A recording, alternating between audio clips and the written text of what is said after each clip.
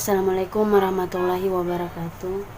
Di sini saya akan menjelaskan tentang algoritma non primitif. Pertama ada FIFO.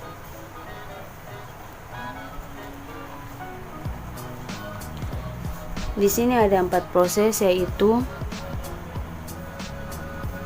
P1, P2, P3 dan P4.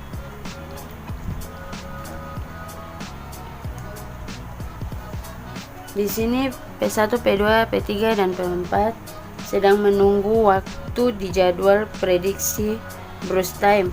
Waktu eksekusinya yaitu 20 ms, 10 ms, 25 ms dan 15 ms. Di sini asumsikan keempat proses masuk pada saat hampir bersamaan 4 proses dengan frost time-nya. Di sini adalah proses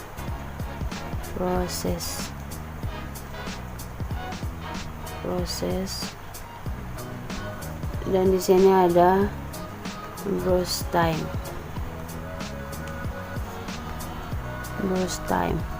Di sini ada P1, P2, P3 dan P4. Burst time masing-masing yaitu P1 adalah 20, P2 adalah 10, P3 adalah 25 dan P4 adalah 15. Lalu di sini ada Gantt chart-nya. Gantt chart-nya yaitu P1,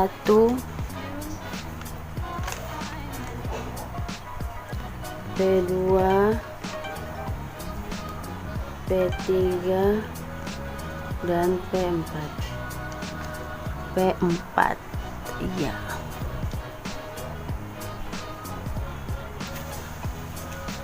Lalu di sini saya taruh 0, 20,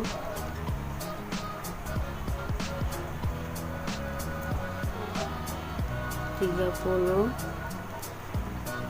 55 dan 70. Untuk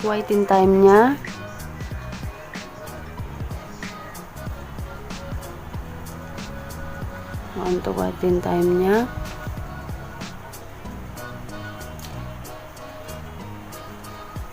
yaitu untuk P1 sama dengan 0, P2 20, P3 sama dengan 30 dan P4 sama dengan 55. Rata-rata waiting time-nya itu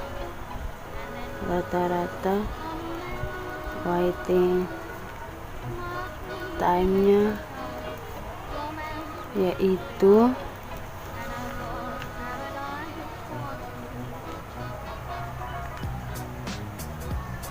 25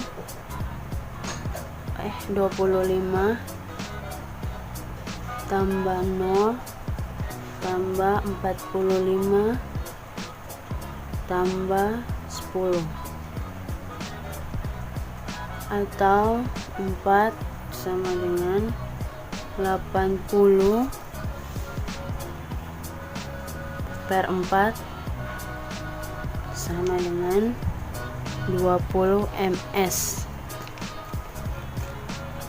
Ya, kita mulai untuk soal keduanya yaitu HRRN atau Hiccup Response Rationers. Ini masih dalam bentuk algoritma non primitif. Di sini ada 4 proses juga. Pertama, sini kedua yaitu H RRN. Ada 4 proses, yaitu P1, P2, P3, dan P4. Di sini ada proses.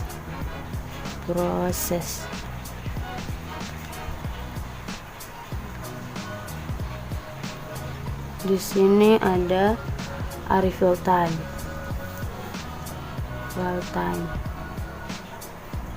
dan di sini juga ada browse time.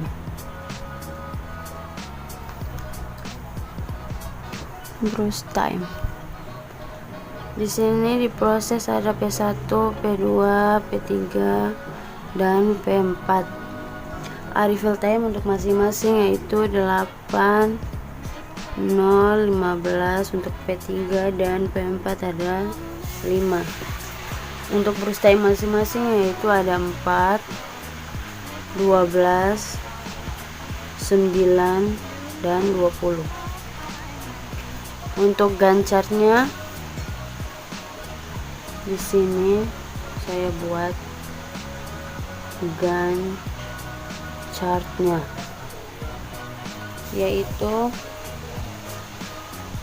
saya hanya tulis P2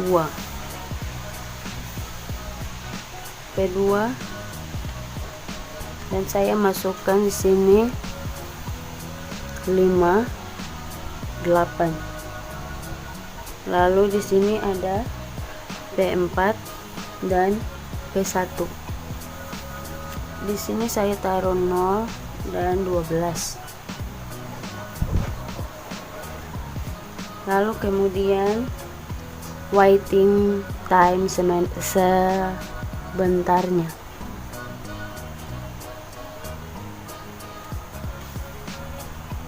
Waiting time sementara. Sini ada P4 sama dengan 12 kurang 5 sama dengan 7.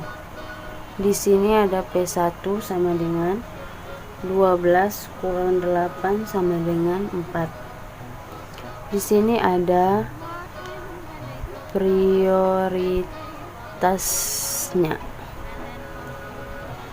yaitu P4 sama dengan 7 tambah 20 sama dengan 13/4 sama dengan 3,25. Sedangkan untuk P1 nya sama dengan 4 tambah 4 sama dengan 8/8 sama dengan 1. Maka Gantt chart-nya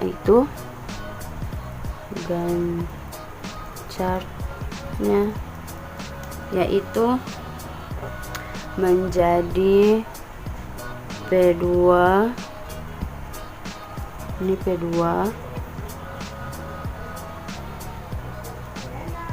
lalu di sini P4,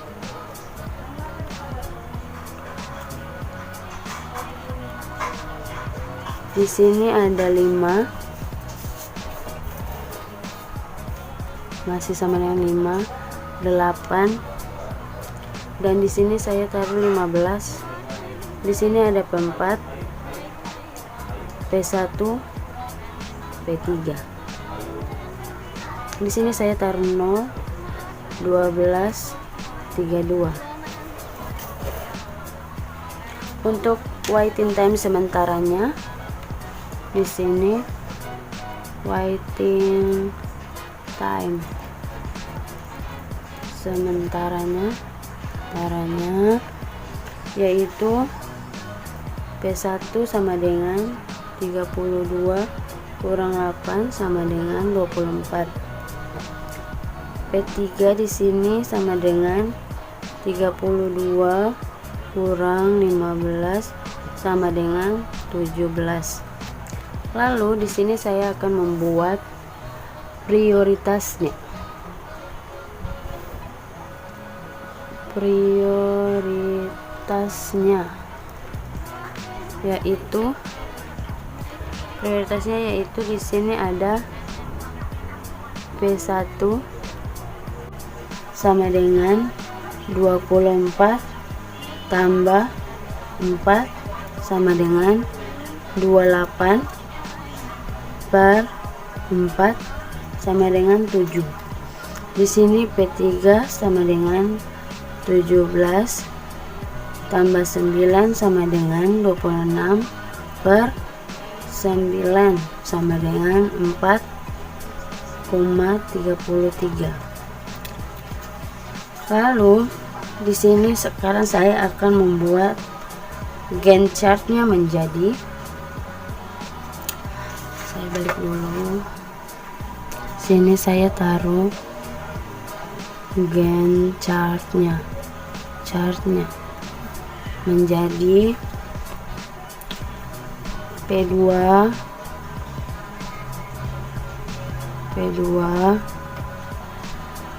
di sini P4, lalu di sini P1 dan di sini ada juga P3.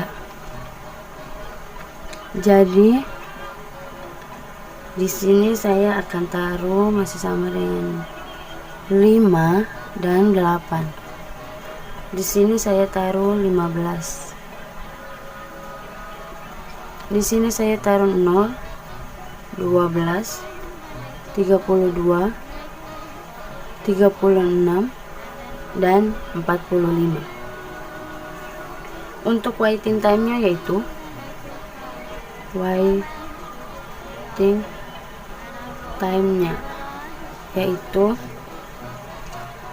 P1 sama dengan 32 kurang 8 sama dengan 24.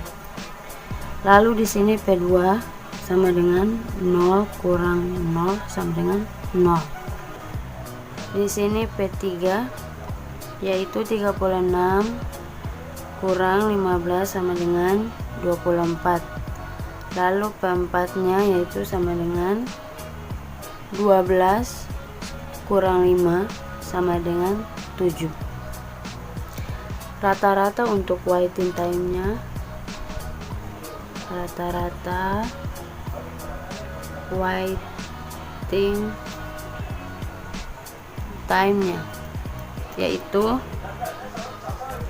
24 tambah 0 tambah 24 tambah 7 per 4 sama dengan 55 per 4 sama dengan 13,75 ms. Assalamualaikum warahmatullahi wabarakatuh. Di sini saya akan menjelaskan tentang algoritma primitif yaitu PS dan MFK. Yang pertama yaitu PS atau Priority Coding. Berikut ini terdapat proses pada Simple dan dengan burst time dan prioritasnya masing-masing. Dan seperti biasa kita gambar Gantt chart-nya dan kita hitung waiting time dan nilai rata-rata waiting time-nya. Kita masuk ke Gantt chart-nya. Kita mulai dengan detik ke 0. Lalu kita lihat di sini P3 waktu kedatangannya sama, berarti kita menggunakan algoritma FIFO. Lalu kita masukkan P3, kemudian 2 karena di sini 2. Kemudian kita cari yang terkecil setelah 2 yaitu 3, berarti dari P4.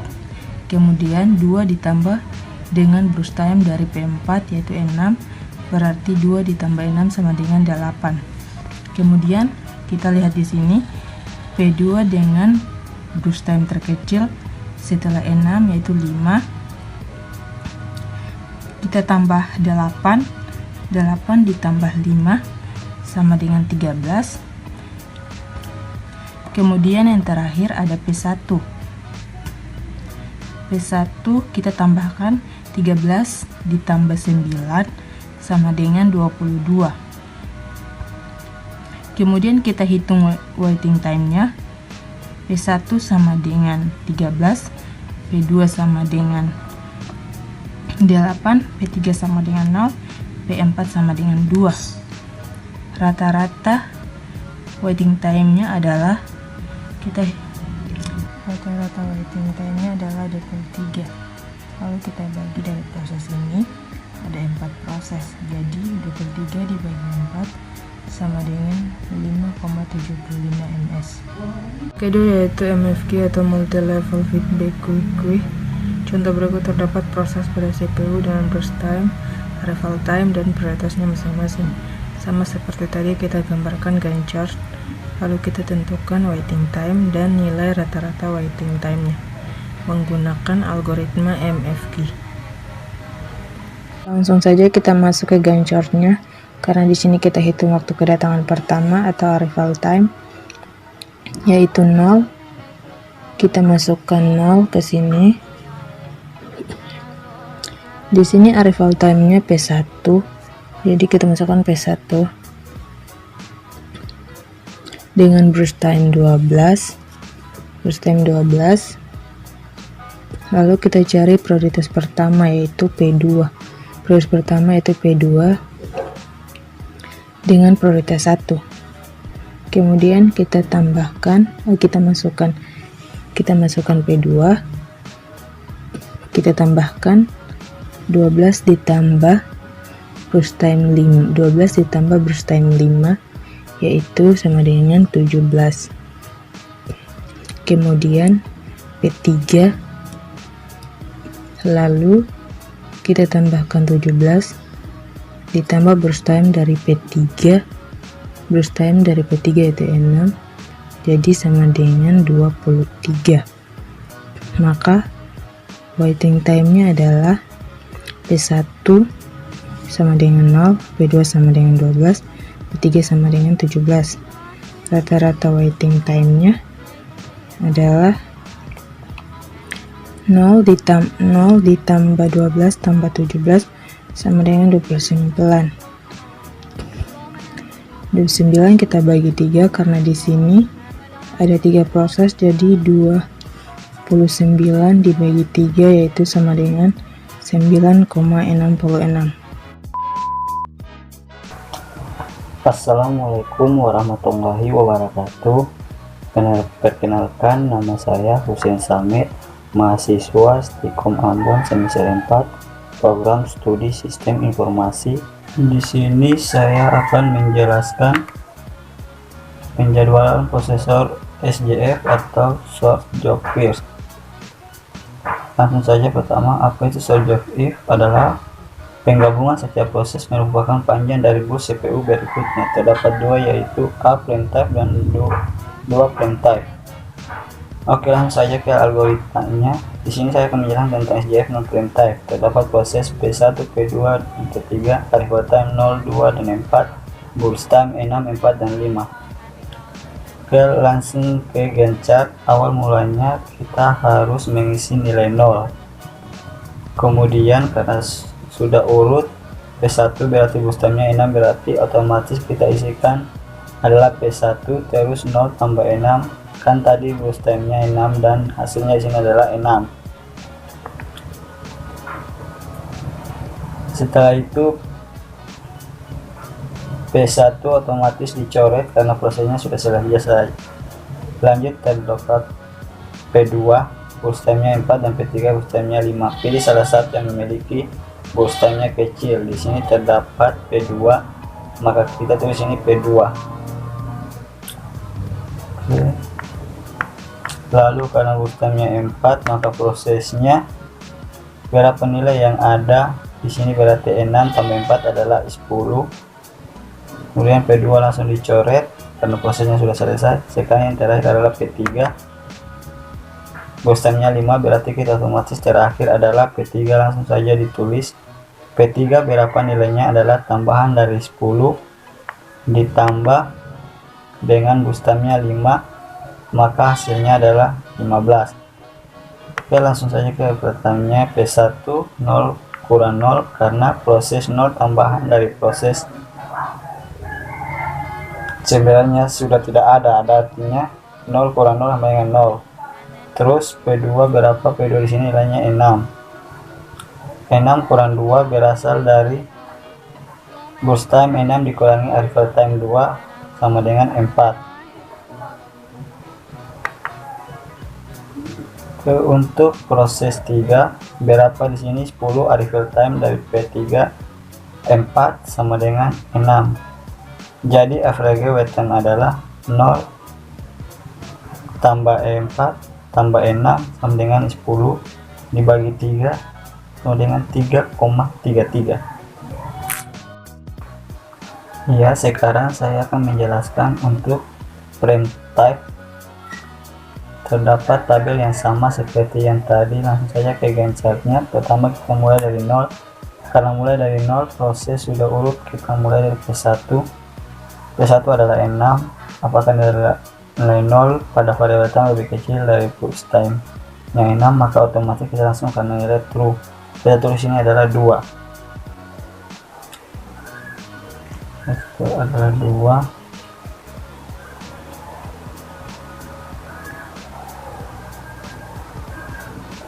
Lalu selanjutnya antara P1 4 dan P2 4 pilih nilai yang paling kecil.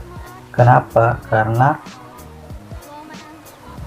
P1 dengan 6 sudah diproses, nah hasilnya arrival time jadi 6 kurang 2 4. Oke, kita cari yang paling kecil yaitu P1 terus ke prosesnya. Apakah nilai ini lebih kecil dari burst time nya P1, maka P1 adalah 4 karena 2 tambah 2 adalah 4. Proses selanjutnya P1 sama dengan 2 dan P2 4, dimanakah proses yang paling kecil yaitu P1 sama dengan 2. Lalu proses apakah nilai 4 ini lebih kecil dari 2, maka kita tambahkan proses 4 tambah 2 sama dengan 6. 4 tambah 2 sama dengan 6.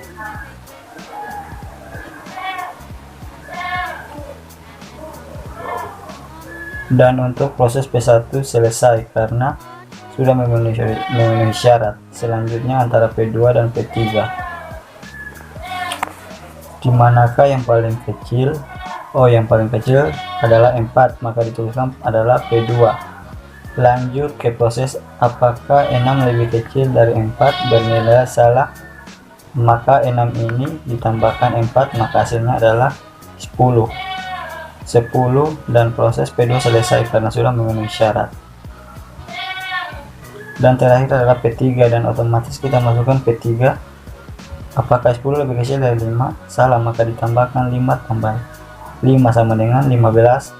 Langsung ke average waiting time. Untuk P1 mengapa ada 3 proses? Karena pada Gantt chart-nya terdapat 3 proses.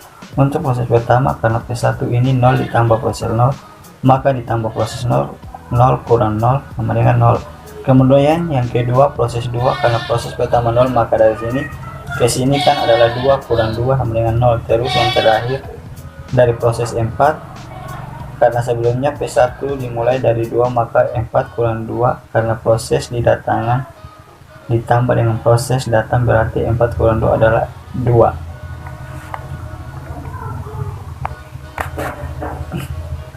Maka P1 0 tambah 0 tambah 2 berarti 2, tetap nilai 2 adalah 6, lalu kita kurangi 4 adalah 2. Terus yang terakhir P3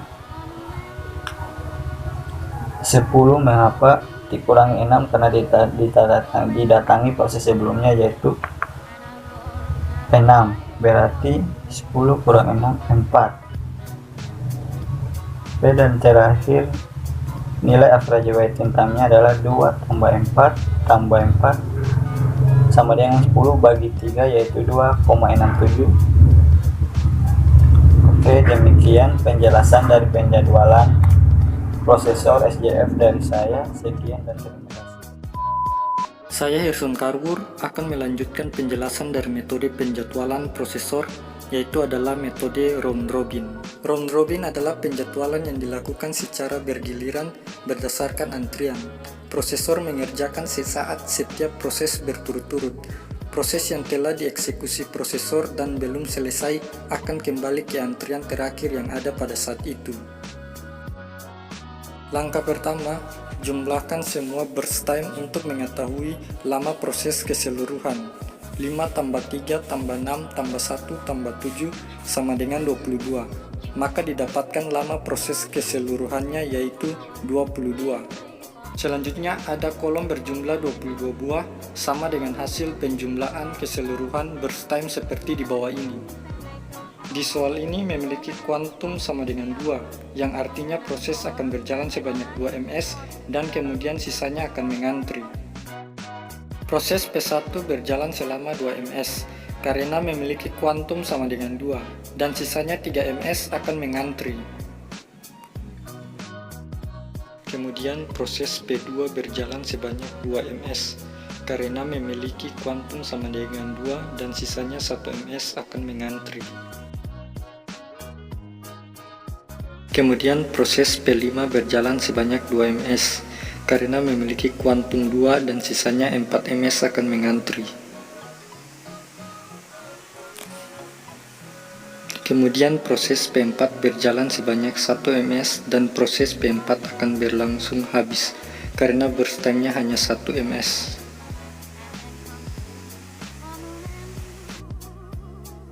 P4 selesai, maka bisa langsung diketahui start time-nya yaitu 6 dan finish time-nya 7. Selanjutnya, response time-nya didapatkan dari rumus RT sama dengan FT kurang AT, jadi 7 kurang 3 sama dengan 4. Kemudian proses P3 berjalan sebanyak 2 ms karena memiliki kuantum 2 dan sisanya 5 ms akan mengantri. Berikutnya proses P1 berjalan lagi sebanyak 2 ms karena tadi masih ada yang mengantri dan sisanya 1 ms akan mengantri lagi. Berikutnya proses P2 berjalan lagi sebanyak 1 ms karena tadi yang mengantri hanya tinggal 1 ms.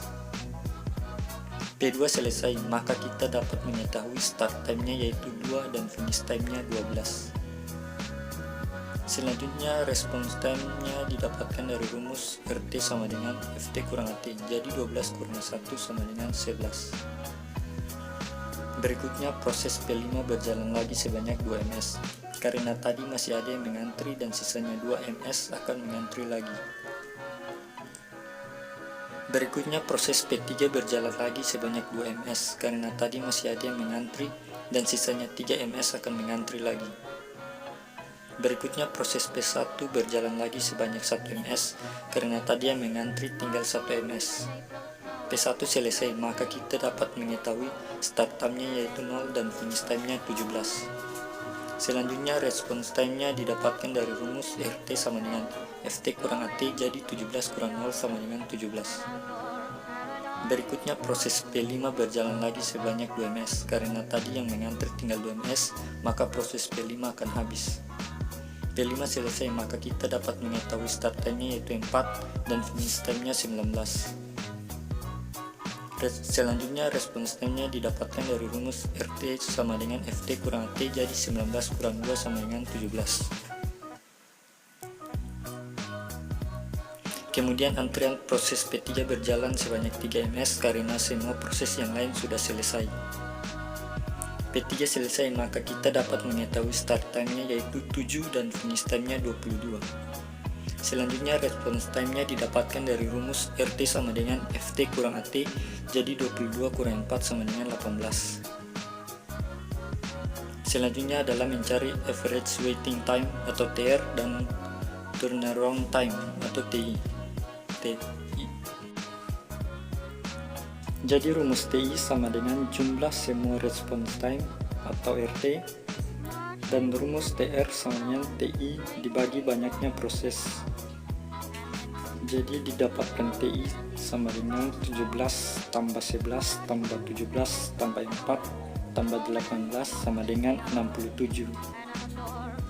Maka didapatkan TR sama dengan 67 dibagi 5 sama dengan 13,4 ms. Oke, mungkin sekian penjelasan dari saya. Terima kasih.